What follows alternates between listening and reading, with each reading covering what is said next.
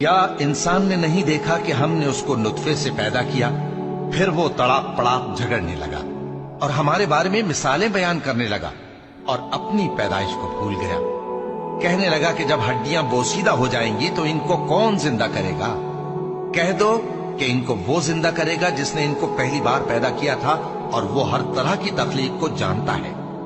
وہی جس نے تمہارے لیے سبز درخت سے آگ پیدا کی، پھر تم اس کی ٹہنیوں کو رگڑ کر ان سے آگ نکالتے ہو۔ بھلا جس نے آسمانوں اور زمین کو پیدا کیا، کیا وہ اس بات پر قادر نہیں کہ ان کو پھر ویسے ہی پیدا کر دے؟ کیوں نہیں؟ اور وہ تو سب کچھ پیدا کرنے والا، کامل علم والا ہے۔ بھلا جس نے آسمانوں اور زمین کو پیدا کیا، کیا وہ اس بات پر قادر نہیں کہ ان کو پھر ویسے ہی پیدا کر دے؟ کیوں نہیں؟ اور وہ تو سب کچھ پیدا کرنے والا، کامل علم والا ہے۔ اس کی شان یہ ہے کہ جب وہ کسی چیز کا ارادہ کرتا ہے تو اس سے فرما دیتا ہے کہ ہو جا، تو وہ ہو جاتی ہے۔